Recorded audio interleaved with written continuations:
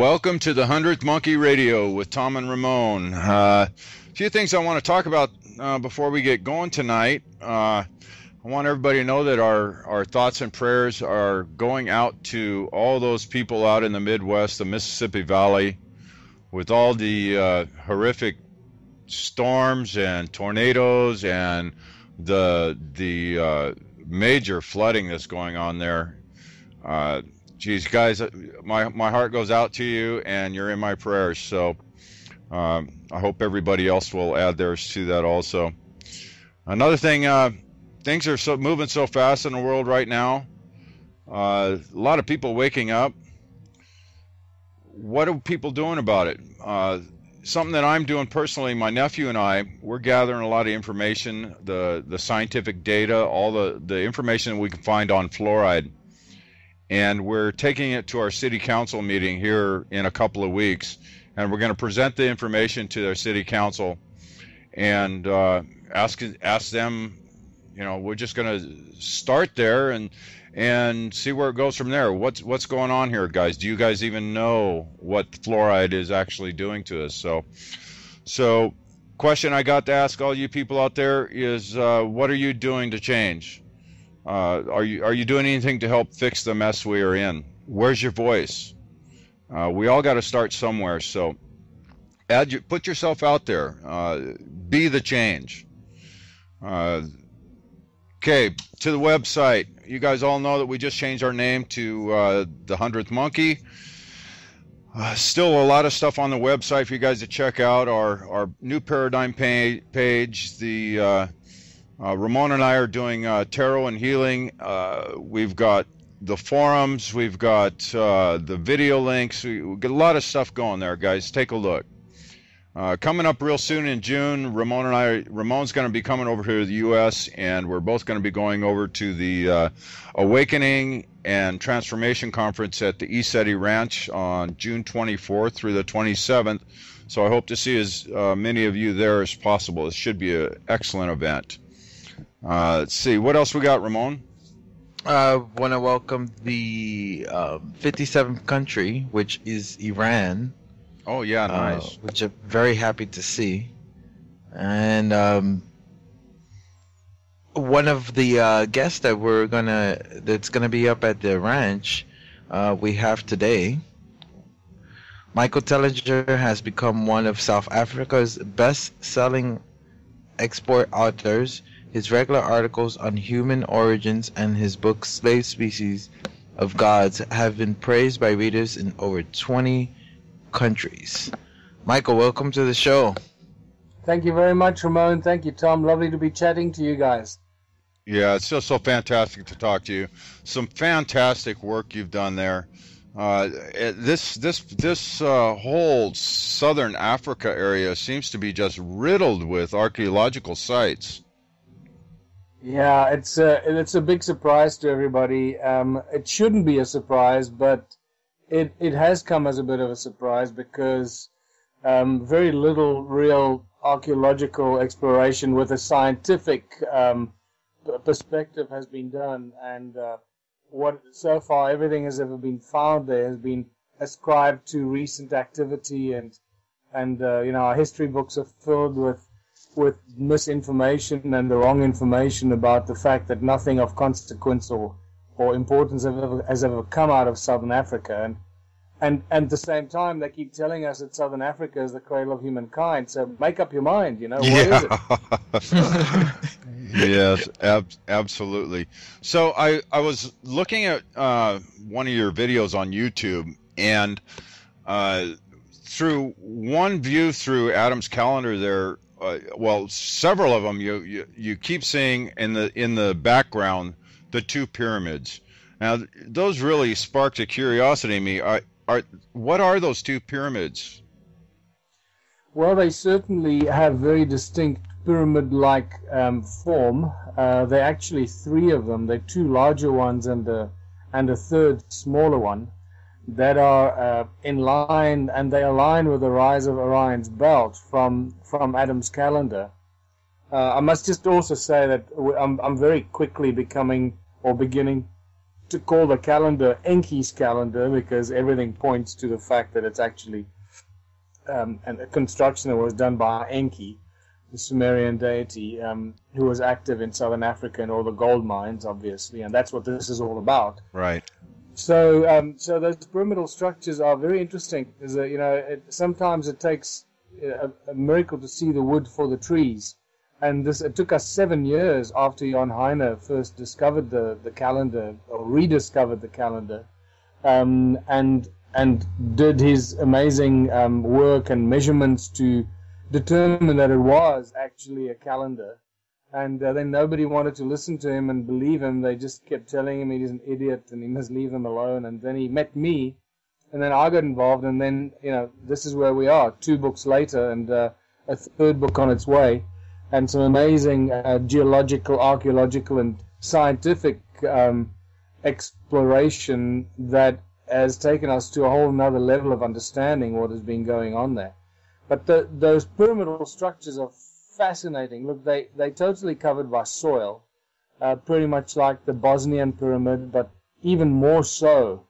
And it looks sometimes that there's actually a natural rocky outcrop that comes out there. So it's difficult to say whether they were pyramids that were used from natural bedrock, or if under the soil there is actually a construction of more stylized stone, like the pyramids in Giza or the other pyramids that people are more familiar with around the world. Right. So nobody's really done any digging there at the pyramids?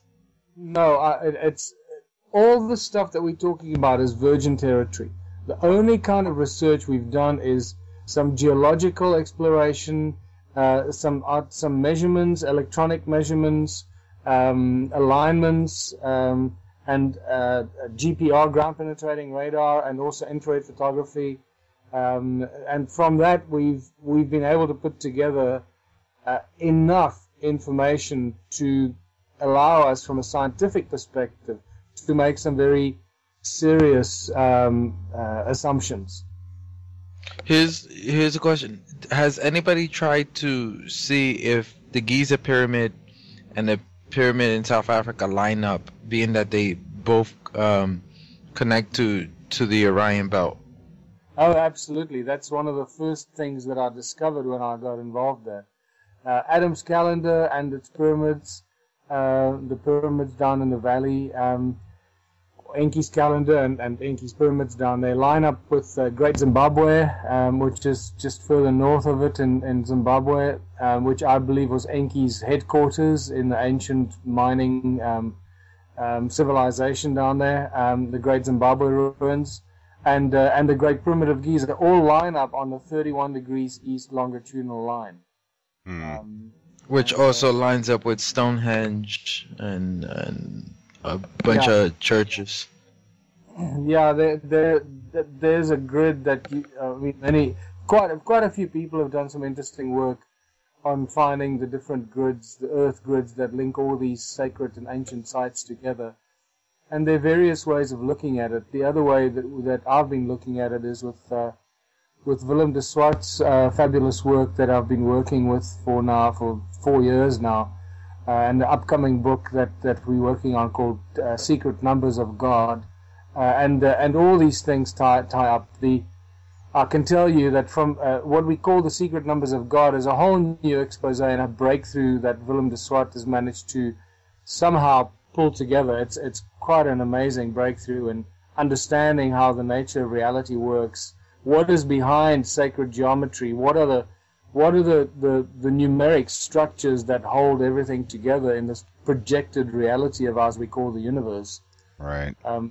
And what I can tell you is that the numbers that link the Great Pyramid of Giza and Enki's calendar, or Adam's calendar in South Africa, is the number 26, 1 upon 26 and 26, which is a very interesting number. We can talk about that later if you want. So yeah, definitely. Yeah. So I'm sure that the majority of the people that listen to our show are familiar with the Sumerian legends or the Sumerian writings, and and the story of Enki and Enlil and the creation of humankind. But majority of the people that I've come across are all under the impression that this all happened in the Sumerian times and in those periods. The information that you're digging up contradicts that, or not necessarily contradicts that, but pushes that date back a long time. Yeah, it certainly does that. I mean, during the Sumerian times, that was just recently. That was about 6,000 years ago. I mean, that's just the other day in terms of activity on planet Earth, you know.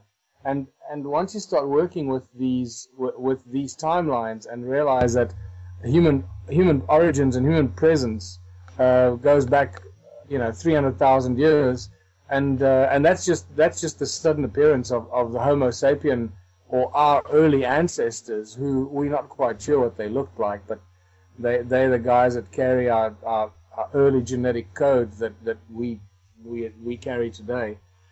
But this activity can very clearly be dated back with various scientific evaluations to way over 100,000, 200, close to 300,000 years ago.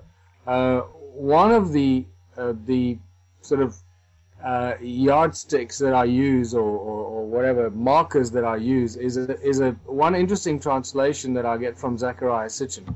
Now, I know Sitchin has a lot of detractors, a lot of people that, you know, say he was a charlatan and all this. Well, I totally disagree. I take a completely the opposite perspective, and I respect the guy tremendously, a person who devoted his entire life to this particular study. And what is interesting, what's coming out of this, are some of the translations that he put in his books that he had no idea what they meant. And yet he puts these translations in.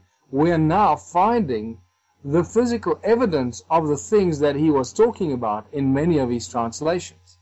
Right. The vast settlements of the ancient gold miners, the timelines that go back to 285,000 years, the creation of the human race, Adam's calendar, and then the African oral traditions and the information that's been carried by the indigenous knowledge keepers in Africa, the shaman and the sangomas, especially like people like Credo Mutwa, who have been telling us this information for a long time, but no one has been prepared to sit and listen. And you start crossing over this information and you realize it fits like a glove. And now that I've been digging around there and exploring thousands of these ruins, and incidentally, there are more than 10 million of these ruins. Okay, if you want to go down that line, you're also welcome to do that. So just throw the people right into the deep end. There are more than 10 million of these ancient stone ruins that are directly linked to gold mining, hundreds of thousands of gold mines, if not millions of gold mines, that have been identified, and everything points to this place called the Abzu that the Sumerian tablets refer to, where the gold came from. So I find it fascinating that I wish Sitchin was alive, because his knowledge would have allowed us to recognize, or allowed him to recognize, many of the things that is going to take us a lot longer to recognize from the translations. Right. So were you ever able to speak with him yourself? No, unfortunately I wasn't. The only contact I had with Zecharia was last year on my tour of the USA. In New York, I invited him to come to my presentation so he could witness this for himself. He declined, saying he was still very weak. He just came out of hospital. And then 6 weeks later he died. It was a shame, yeah. Mm.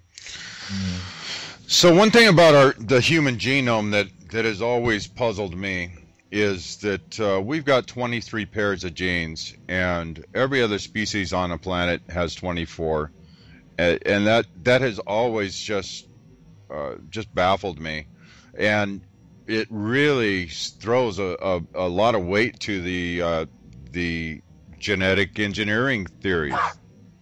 Yeah, you're talking about chromosomes. Yeah, chromosomes, yes, excuse me. Yes. 23 pairs of chromosomes, and the apes have 24 pairs of chromosomes. initially, incidentally, and this becomes a very interesting part of the study on DNA, and I must just also tell you that, you know, every now and then I have people that work with DNA, and they do gene mapping and so forth, and you know, and they think they understand what it is that they're doing, but you know, they are, with all due respect to these people, and some of them are smart and intelligent people, but they're like, you know, lab technicians or mechanics that are working on a highly advanced engine that are trying to detect what is wrong with the engine, but they don't really have an understanding of how the engine was put together and what its real function is. So it's quite interesting every now and then when I have a chat with these guys, and they get quite defensive and they start to confront you, and they haven't really done their own homework to see what other information is out there about the DNA, and what other geneticists that are real trailblazers and doing breakthrough experiments and research with DNA, not just mapping the genes, but actually doing some interesting research, breakthrough research, what they have to say about it. So what's important to understand is that we've got 22 pairs of chromosomes. The 23rd chromosome is the sex chromosome. Its entire function is purely just for procreation. Okay, so the chromosomes that carry the information that make up our body, the everything in our body, is in the 22 pairs of chromosomes. And that number 22 is very important, because 22 becomes a number that you see echoing throughout everywhere. Everywhere. It's a number that's encoded into, you know, 22/7 being pi, and the ratio that holds the entire universe together. Just to finish on that note, there's a very interesting geneticist called William Brown, who's published some papers that I've recently laid my hands on. He talks about 22 chakras of the DNA that are activated by 22 separate types of light frequency that activate the 22 chakras in our DNA, in the 22 chromosomes. Now, that's fascinating information coming from a geneticist working on research in DNA. Wow. Yeah, that is. Yes. Wait. So he believes that that each one of those are like a chakra? Yeah, that's pretty much what he says. He also states in a roundabout way in his thesis. This is a paper that he wrote as his thesis. He also states in a roundabout way that chimpanzees evolved out of humans. Basically, the genetic information, the way that it sits in the DNA, suggests that our DNA is a lot more retarded than that DNA of the chimpanzees. So they actually are more in genetic makeup than we are.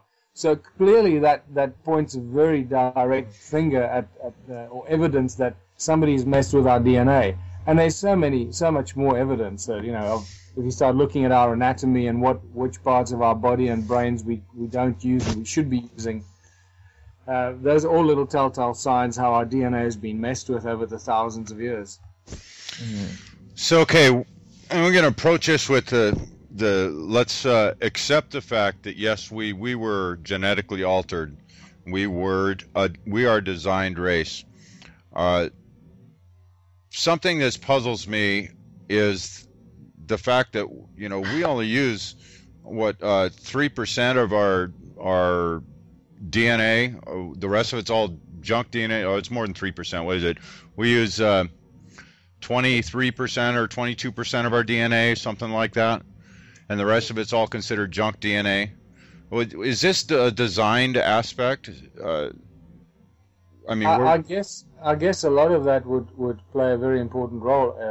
The small amounts of DNA that we use would be linked to the little bit of DNA that we use. As an argument that we've been manipulated, because if you look at other species, and I can't tell you about the chimpanzee because I haven't seen that information. And for some reason, there's a lot of contradicting information that I find whenever I go looking for it. Is how many genes chimpanzees have compared to humans. There's a contradicting information that I find. So I've started being a bit careful about that. But it certainly seems that chimpanzees have more genes than humans, and yet they seem to be more primitive than we are. We have fewer genes than chimpanzees, active genes, and we're supposed to be the pinnacle of creation and intelligence, right? But like in the fruit fly and other species, I'm talking about lesser species now, that use, like a fruit fly uses 98% of its DNA, of its genes. It uses virtually its entire DNA strand. So it starts to beg the question, how does the total DNA strand, the molecule, I find it incredibly difficult to believe that such an important molecule that is the blueprint of our physical and our intellectual and our spiritual makeup, because it's all of the above, it's not just one of them, how such a complex molecule could have so much wasted space in it. And I think many people share that same sentiment. And I think as people like William Brown and other geneticists do this research, we're finding out that the so-called 3% of the DNA we use that's the manipulated part of our DNA, the genes that have been actively manipulated to create us in the way that we are today and keep us trapped in this form, while the rest of the DNA is actually the important part of the DNA, the parts that should be giving us extrasensory perceptive abilities, should allow us to transmutate, should allow us to grow limbs back when we lose a limb or get severely damaged or burnt, should allow us to recover virtually instantly, and all these other things should allow us to time travel and create Merkabas around us, because DNA is activated by light, and all these things start to come out. And you realize how desperately important this molecule is. And we know very little about it, but I think a lot of psychics and intuitive people and people that do channeling of higher beings that are getting messages and information are getting a lot of this information out there, and it's helping a lot of the geneticists along. Right. I absolutely love the fact that you have you've taken that step and opened your mind to that kind of information, the channeled and the psychics and that sort of thing. I just kudos to you, congratulations, thank you, sir, for crossing that line. There's so much in the scientific area that is absolute taboo that they would never even consider doing. And I believe that the psychic side of us is a very significant and needed part for us to be able to put everything together. We need to tie the spirituality with the science to be able to make it through this time of trauma that we are going through. Yeah. So. And the other important thing, Tom and Ramon, is that people need to realize some very important facts about science. A lot of people are under the impression, especially people that have not studied any scientific field or anything like that, or people that don't have a higher education and so forth, and often people that have not gone to a university or got a higher education look up at people with higher education as somebody that's achieved this amazing thing. Well, let me tell you right now, those people have achieved nothing. They've achieved nothing great.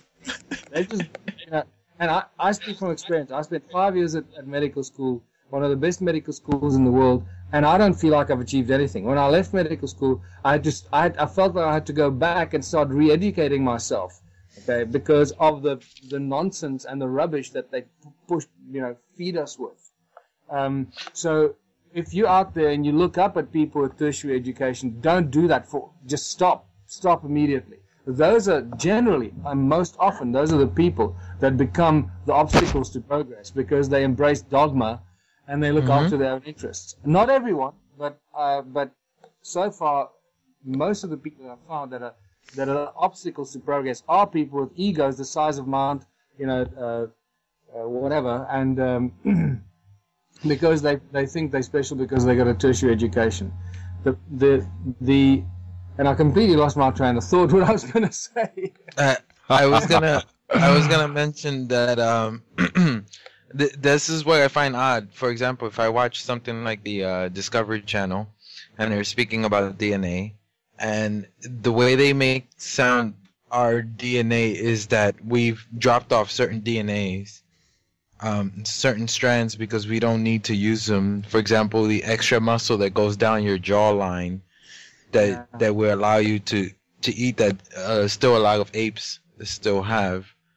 But then I would listen to certain guys. There's a Japanese monk named Khan that James mentions a lot. I don't know if he ever mentioned him to you.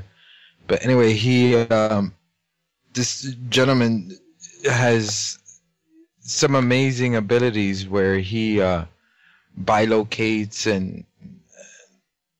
and just travels through different dimensions and stuff like that. So the reason why I'm bringing them up and bringing up the opposite of what they're saying, is it maybe that the way our DNA was set up is more like you're unable to, it's like having a closet and you're unable to get to these special equipment closets till you get old enough or mature enough, because you'll end up hurting yourself. Well, okay, Ramon, the one thing I have about that is that I don't think that we were designed that way. I think those things were shut off intentionally to make us more controllable. Yeah. Absolutely. That's kind of the feeling I get over it. Absolutely. Yeah. There seems to be a natural order of things. The fact that there are 22 pairs of chromosomes, that's an important natural order of things. That they had to be 22 for them to be part of the sacred geometry of our bodies and various other aspects that one can go on forever.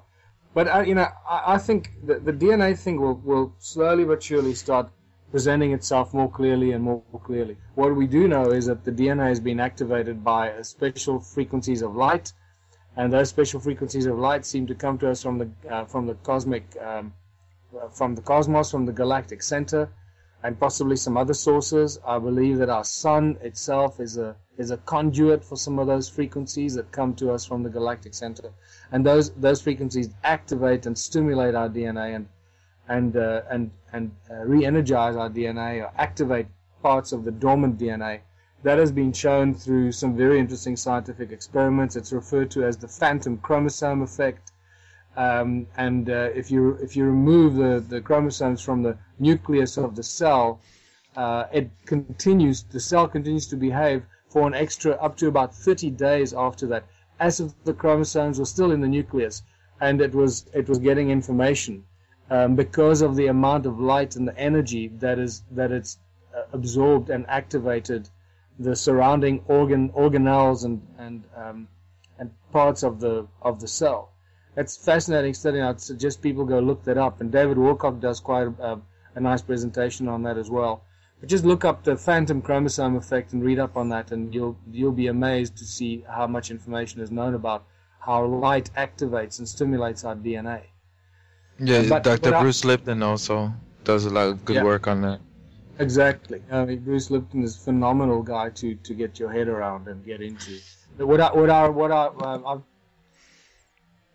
just remember where I was going with that whole tertiary education and science and that. It's very important to remember that people think that scientists have got it all figured out. Well, nothing can be further from the truth. Scientists have very little figured out.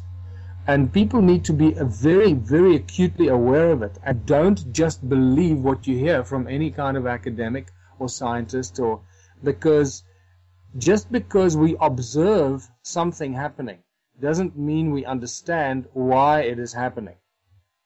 And 90% or more, my guess is it's actually even much higher. 90% or more of experiments that are performed around and through experimental laboratories, scientific laboratories around the world on a daily basis are not understood. We have no idea what is going on and why these things happen.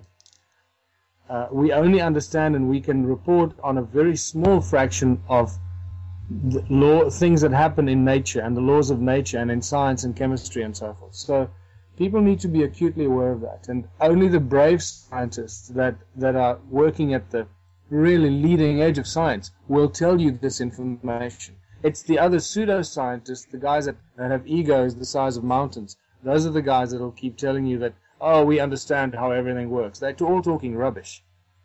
Yeah, I've also noticed that the majority of that sector of science is you have to look at where they're getting their funding from as far as their grants and such to do this research, because most of the cutting edge research that is actually doing stuff is not very well funded because the system doesn't want this kind of information understood. Well, you're talking to one such example that is not very well funded. All the work, all the research, and all the information and the theories and electric and scientific measurements and whatever that I've done has come out of my own pocket. I have not received any funding from anyone, anywhere, only from the talks that I do and the sales of my books. So, hopefully sooner or later somebody will wake up and realize, hold on, this is a huge, new, important area that needs to be funded so we can speed up. I mean, I could keep several laboratories busy on a daily basis with all the research and scientific experiments we need to do to get some intelligent information and be able to speed up this process and the conclusions.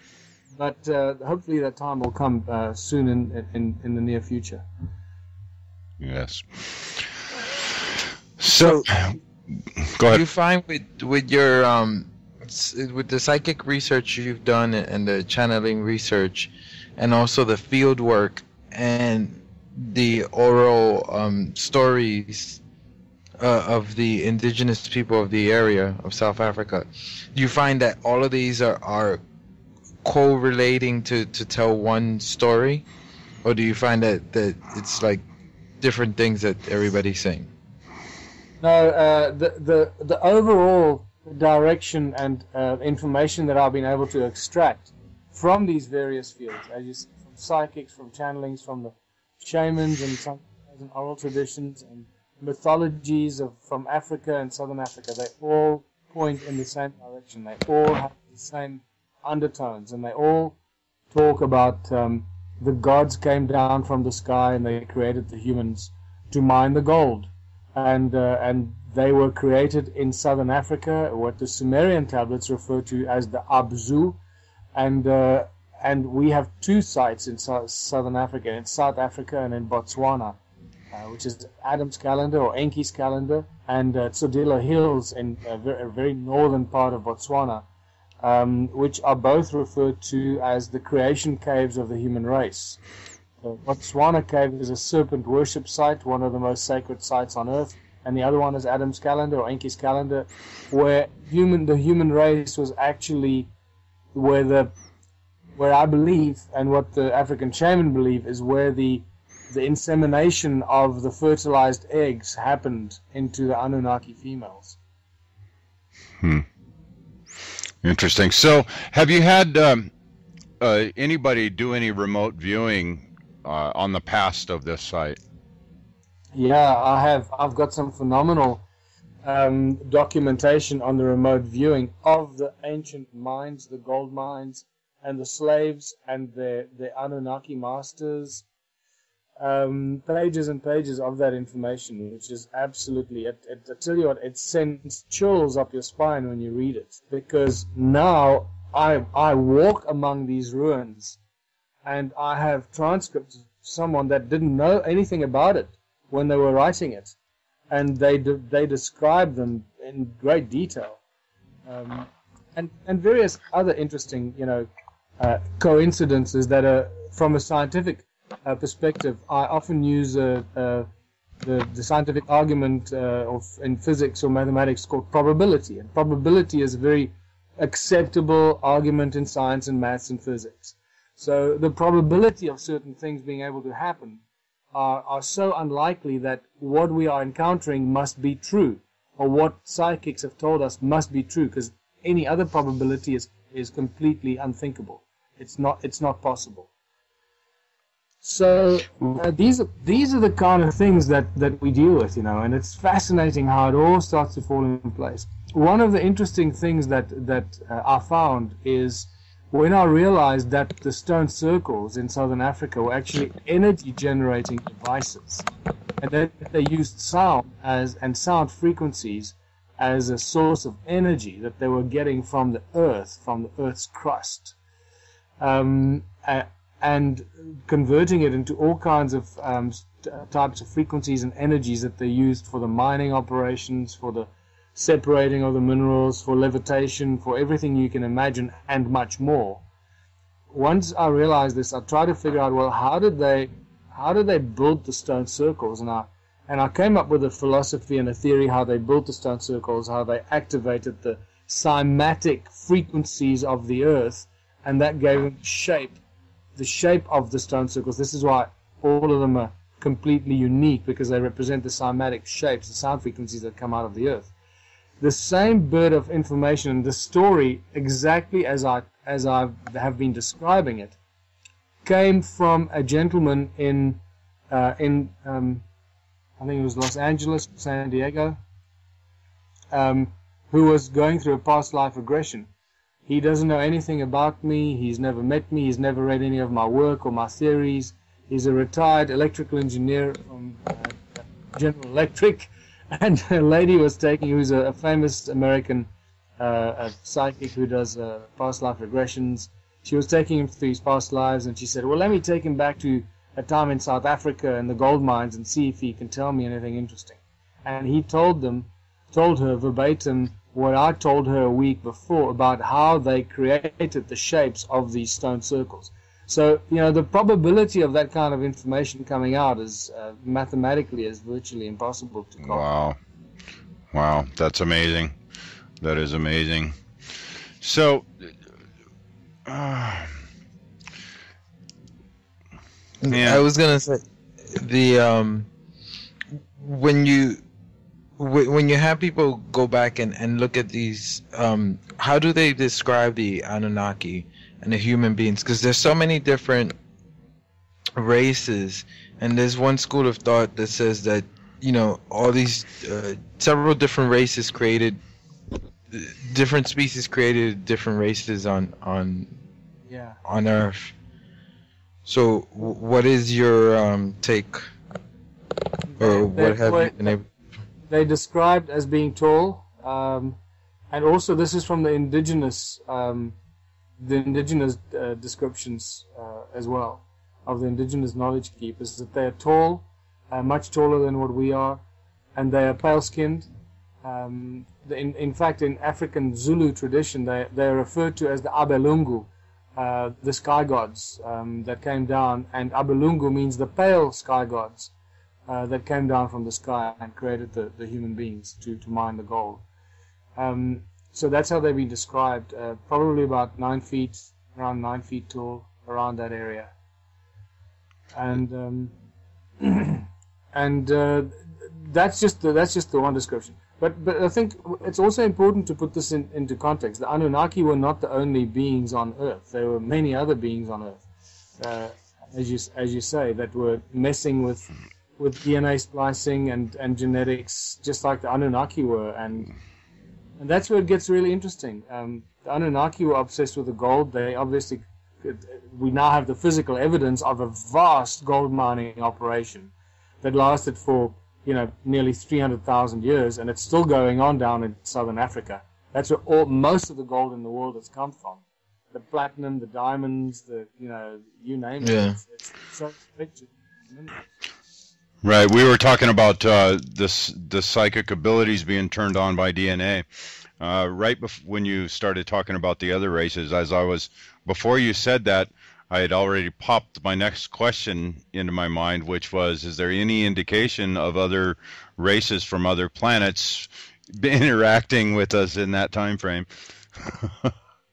Yeah, I don't have an answer to that at this stage, but who knows? You know, maybe some interesting information will come out, and discoveries. But for me the most important breakthrough that we have reached with this is that we now have the physical evidence that Zecharia Sitchin has been writing about, that everyone has been, you know, ridiculing him about and saying, well, you're just making this up, where's the evidence, where's the proof? Well, there can be no doubt that we have found the evidence of the Abzu, the gold mining operation in southern Africa, Enki's stronghold, and not only that we also found the source of energy that they used, and that energy was the sound energies and the natural frequencies coming out of Mother Earth that they use with devastating effect. It is also now turning out that it was those devices that they could amplify these energy fields with tremendous amplification. I mean, the nuclear power that we've got today is nothing. It's a joke compared to the kind of energy that these guys could generate down there. And many psychics, or not many, let me put it, a few psychics have suggested that the energy devices that they used in South Africa to generate this huge amount of power, and I'm not talking about electricity, I'm talking other forms of energy, and this is where people often get it wrong. They think electricity is energy. That's not true. Electricity is just a deadly form of energy that was designed so that it can be metered and measured and controlled, so that we can't abuse, we don't have free energy for ourselves. So, and these energy things that they were creating down in South Africa were so powerful that they much later ended up to the sink, were the cause for the sinking of Atlantis and the breaking up of Atlantis. The same energy devices that they then abused in Atlantis, and it all went out of control. I know that Drumvelo Melchizedek speaks about that in his Flower of Life presentations. Right. And I think we have now discovered the tools that actually caused that destruction of Atlantis. What's the fascination with gold? Because I don't think they came over here to mine it and then put it around their around their neck the way we do. What have you find? That's the fascination that we have, and that becomes quite obvious, doesn't it? Because all native populations around the world tell you, indigenous populations always tell you, whenever they were discovered by the conquistadores or the disgusting Europeans that conquered the world in the last 500 years, and completely decimated the native populations wherever they came with their religion.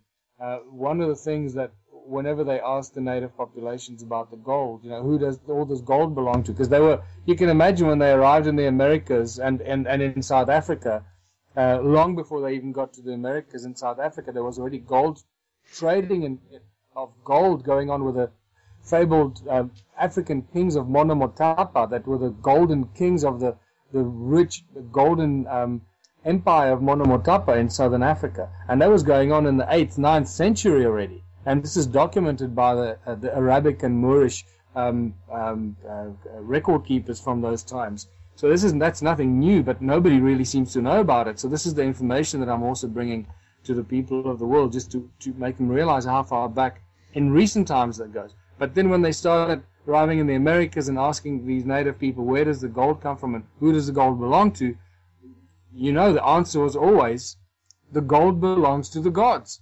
Right. That's it.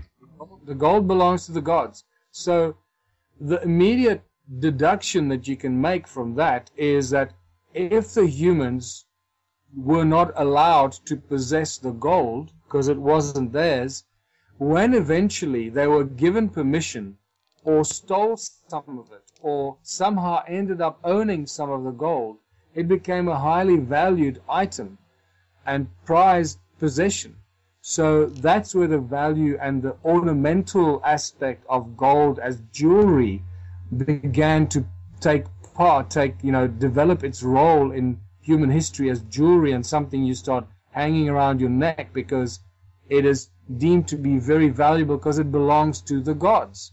And you have no idea what the gods used it for and why they wanted it, but, now that you had a piece of it, you're going to show everybody because you had something that belonged to the gods and you weren't really supposed to have it. Yeah. So, has any psychic or remote viewer told you what they used it for? The gold? That's a huge question, and it comes up every single time that I do a presentation, as you can imagine. Yeah. And that in itself becomes a presentation on its own, because then you start getting into the properties of gold. What is gold to planet Earth? How is gold linked to Earth and the energy fields in our planet? And you start realizing that it seems to be one of the energetic chakras, if not the energetic driving force of this planet. And when you start analyzing the numeric science, as I mentioned earlier, the secret numbers of God that we're working with, you realize that the atomic number of gold is directly linked to the proportions of planet Earth and things like that. And you start going, okay, this is a much bigger story than people realize. Then obviously you start getting into the monoatomic properties and the orms of gold and platinum and the other platinum group metals, and how that is ingested as a form of energy, and how it can be used as a form of energy for levitation, for crossing the universe, for all kinds of things, for enhancing your ability to think higher thoughts, and turning you into a being of light, I suppose, in some ways as well, enhancing your ascension to higher energies and higher vibrational frequencies. So it's very interesting, and the whole manna from heaven, right? And Moses and the manna from heaven in the desert, and the Israelites, and where did he get the manna from heaven? It seems that the Ark of the Covenant was full of it. And therefore it was causing a levitation effect to the Ark of the Covenant, because the Ark of the Covenant never touched the ground; it always hovered and levitated above the ground, and that's why they could open the waters of the Red Sea, because of its immense power. And then much later, when Moses was dead, his successor Joshua did the same when they were crossing the River Jordan. They put the ark into the river, and the ark opened up a path and stopped the waters of the River Jordan so they could cross. So you start working with all these bits of information, pulling it together, and you realize that it's a complex subject, a thing of gold, and it's not just something you can throw out there, and you've got to keep your mind open to possibilities that we may not have yet embraced. Right. Yeah. I got a funny story about gold. A guy I used to work with, when I lived in New York, we were both waiters, and he was telling me that he had brought some monatomic gold, and he put some under his tongue, and he was meditating, and he felt himself starting to levitate. And when he started to get excited about it, that's when he fell back down. And of course, I wasn't there, so I'm not a witness to it. But it's interesting. I've heard similar reports from other people. Now, I'm not sure whether that is now that those kind of reports are becoming sort of urban legends. So people start repeating the same kind of stories or not. But I wouldn't be surprised if it has that kind of effect at all. Remember when Moses came down from the mountain, he burnt the golden calf, and he didn't turn it into molten gold. He turned it into white powder. And right. Since when does gold turn into white powder? When you melt it. So yeah. Moses had knowledge of alchemy, and people that have studied the character of Moses, whoever he was a very highly educated and trained priest in the Egyptian mystery schools, and he would have known all the alchemical processes. He would have understood all that stuff intimately, and he turned the gold into white powder of gold or manna, and then used it to cure the Israelites and make them go, because they were starting to go a bit loopy by the sound of it. Whoever these Israelites were, that's a whole other debate altogether, because my other research tells me that the whole story of the Exodus is actually, there's a lot of inconsistencies there, and that it's possible that it never happened. Right. Now, there's a book out by Edgar Casey on the Revelations that talks about the 12 tribes of Israel and what the true meaning of the 12 tribes are. It's pretty amazing stuff. It has nothing to do with people. It has to do with certain aspects of the physiology of the human being. Pretty amazing stuff. Yeah.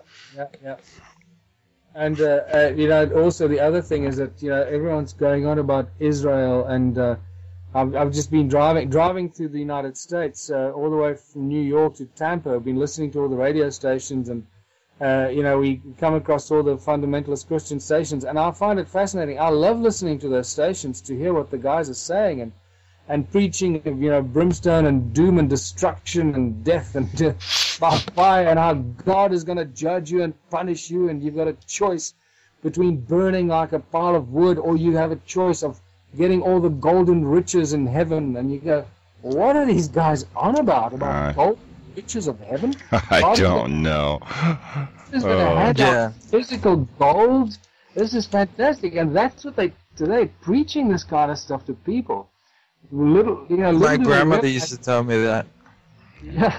Well, you know, it's all. We don't have to worry about it in 5 days. On the 21st is the rapture.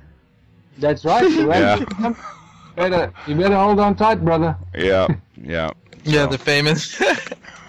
Yeah. My grandmother used to tell me that when we die, that heaven was paved in gold, and now as an adult, I'm starting to wonder if that comes from these aliens that were taking all this gold, and they would tell the humans that the heaven or their home planet was paved in gold. Yeah. We're taking this and building a city in heaven for you with gold. Oh. Yeah. I think the Stairway to Heaven has something like that, isn't it? And she's buying a Stairway to Heaven where everything glitters in gold. Yep. Led Zeppelin, bless them. Yeah. So.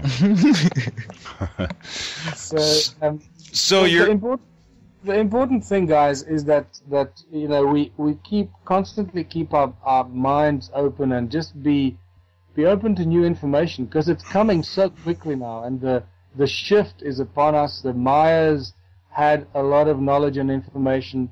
So did all the other ancient civilizations, the Hindus, the Vedas, the Dravidians, and Yeah, it is definitely happening. Shift happens. So you're in the middle of your tour right now. And you said you're in Tampa. Why don't you give us a rundown on where you're going to be here in the next few weeks? Yeah, the night after tomorrow. What's today? Today is the 16th, right? Yep. So I'm in Tampa on the 18th. Not tomorrow night, the day after.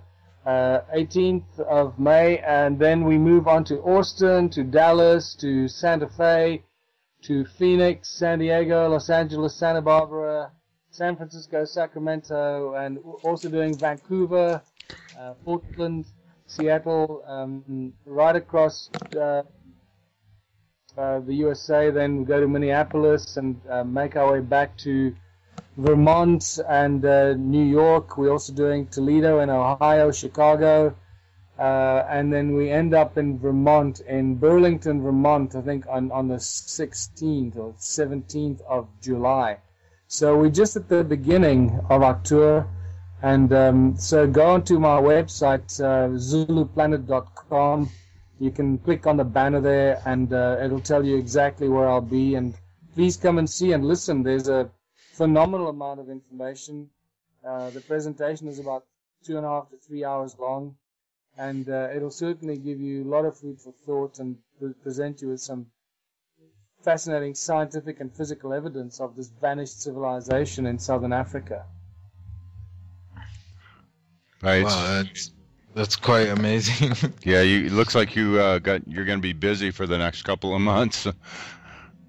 Yeah, but it's important. If you don't, go there and do this, I feel that I was given this information, and I need to do something with it. And the more I do with it, the more I share it with people, the more information I seem to be given, and the more things get revealed to me. So it's a give and take, and I firmly believe in that. And so I'm here, and it's my second tour to the USA. Last year was my first one, and more and more people are coming to listen and sharing this information with others. It's fantastic, and thanks very much to those that have come and met with me and also share their knowledge and information with me. I learn at every stop, wherever we go. I learn from people that come and share their own information with me. Yep, that's how we do it. Any chance you'll be coming to Asia? I have to come to Asia. I've got to do a few things. Hopefully this year still. I've got to do UK. I've got to do Europe. A lot of interest all over Europe, from Scandinavia down across to Italy, and then Australia and New Zealand. And then after that, I'll look at coming to Asia, because Asia is just an unknown quantity to me. I have no idea where to even begin.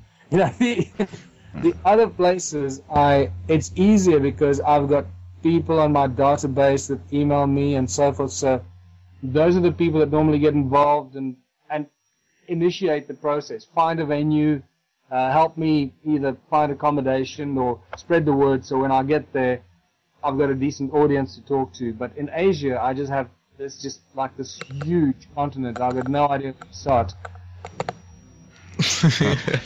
Well, we're starting to see, even on our show, we're starting to see quite a few more listeners from Asia, from Japan and Korea and Taiwan and yeah, I'm actually kind of surprised that we're picking up listeners from there, but I'm surprised we're picking up listeners from the Middle East, actually. Yeah, that's true. Well, listen, the consciousness is rising. Absolutely. Nobody is immune to it. Not even the Illuminati and the control groups that think they can run this planet and think they can keep making it their playground and oppress people and oppress the knowledge and information. They are not immune to the rise of consciousness. It will get to them as well. Yep, that's a good thing. So, want to thank everybody for joining us tonight, and thank you, Michael, so much. And we hope to be Ramon and I will actually meet you at the conference at ECETI, and maybe we'll set something up and do another interview here for the radio show one of these nights. So let's plan that. That'll be a good time. See you face to face. We can have a nice long chat and make that another show for you guys. Yeah. Sounds fantastic. Okay, guys. Thanks for listening. Condemnation without investigation is the height of ignorance, and we will see everybody next week. Night.